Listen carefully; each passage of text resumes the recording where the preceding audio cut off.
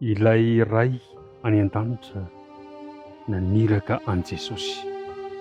Izay loha hevitra tokana izay no andeha hanasako anao am-pitiavana indray amin'ity fiarahantsika amin'ity herinandro vaovao ity.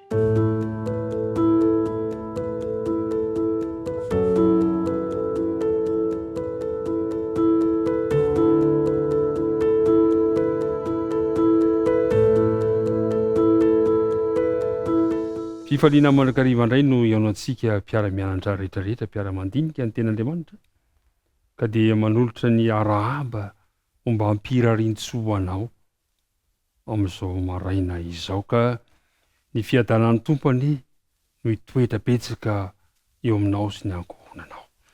Mialohan'ny arahantsika mandinika ilay lohahevitra izay efa namolazaina teo aloha dia manasa anao mba hiaraka hivavaka amiko. Andriamanitra rainay izay any an-danitra misaotra anao izahay noho ny fitiavanao anay tsiraray avy, ka afaka miaona indray izahay amin'ny alalan'izao fandaharana efa mahazatra anay izao.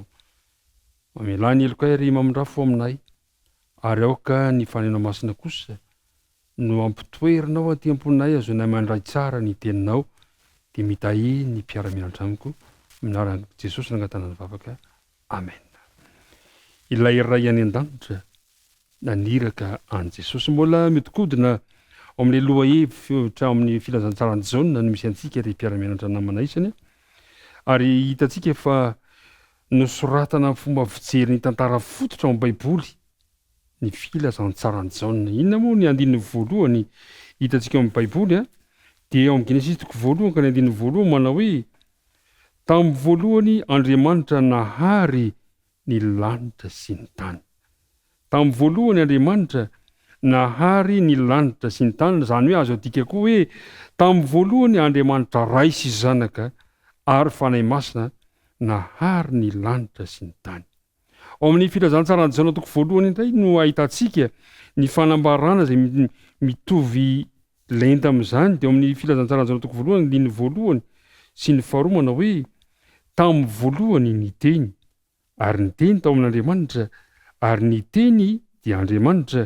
Izy tao amin'Andriamanitra tamin'ny voalohany. Andininy fahatelo: izy no nahariana ny zavatra rehetra, ary raha tsy izy dia tsy nisy nahariana izao zavatra ary izao na dia iray aza.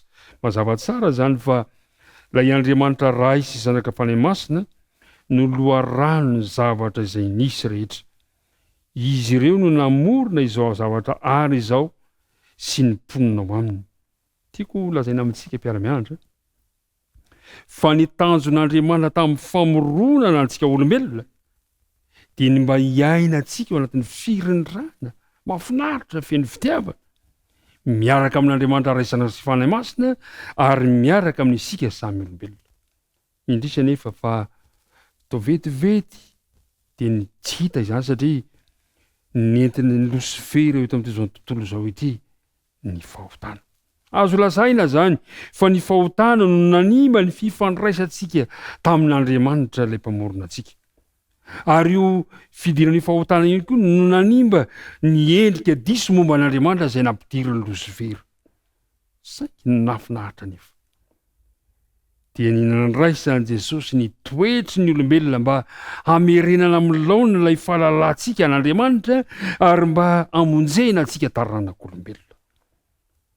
Tiako ny laza aminao ihany koa fa Jesosy dia nampilefitra ny fiainany mandrakariva tamin'ny rainy, ka nivelona araka ny sitrapon'ny rainy Jesosy. Dia ametraka fanontaniana amin'ny tenako sy ametraka fanontaniana aminao aho hoe ho antsika kosa mba mampilefitra ny fiainantsika amin'ny Jesosy fesika. Jesosy, hoy Jesosy amin'ny filazantsarany Jaona toko 10 ka ny andininy 17 manao hoe: izaho sy ny ray dia iray ihany. Eo amin'ny andininy 19 dia izy hoe: ny ray ato amiko ary izaho ao amin'ny ray. Andininy 20 raha tsy manao ny asan'ny raiko aho dia aza mino aho. Andriamanitra no naniraka an' Jesosy. Andriamanitra ray no naniraka an' Jesosy. Zao no jerevantsika eo amin'ny filazantsarany Jaona toko 7 ka ny andininy 9, filazantsarany Jaona toko 7 ka ny andininy 9 dia mivaky toy izao manao hoe: fa toy izao ny tiavan'Andriamanitra izao tontolo izao, nomeny ny zanan'ilay tokana mba tsy ho very zay rehetra mino azy fa hanana fiainana mandrakizay. Andriamanitra no nanome antsika any Jesosy ary zao ny voalaza eo amin'ny filazantsara ny Jaona toko fahenina ka ny andininy fafito amby dimapolo dia hoy ny voalazany eo amin'ny andininy fafito amby dimapolo. Ary tahaka nanyrahany raya Andriamanitra naniraka any Jesosy mba hamonjy izao tontolo izao. Zany ny fitiavan'Andriamanitra anao, zany ny fitiavan'Andriamanitra antsika, zany ny fitiavan'Andriamanitra izao tontolo izao. Ao amin'ny filazantsara ny Jaona toko fahenina ka ny andininy faharoa amby telopolo sy ny manaraka dia zao ny voalazany teny. Dia hoy Jesosy taminy: lazaiko aminareo marina dia marina tokoa, tsy Mosesy no nanome anareo ny mofo avy any an-danitra, fa ny raiko no nanome anareo ny tena mofo avy any an-danitra. Mazava ny teny fa Jesosy ilay mofo zay nidina avy any an-danitra. Hoy ny voalaza ny andininy fadimy amby telopolo manao hoe: hoy Jesosy taminy, izaho no mofinaina, izay manatona tsy mahonona ary izay mino ahy tsy mangetahita intsony mandrakizay.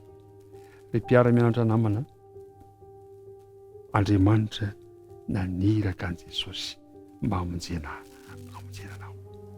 Mahafinaritra anao ve izany? Mampahery anao ve izany?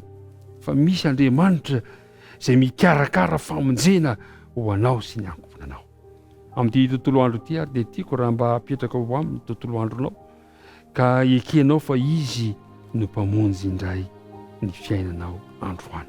Dia mirary soanao, mirary tontolo andro, mahafinaritra ho anao ary misaotra tamin'ny fanarahanao izany tenidinika izany. Andeha hiaraka hivavaka isika mba hametrahantsika ny tontolo androntsika ampitan'Andriamanitra.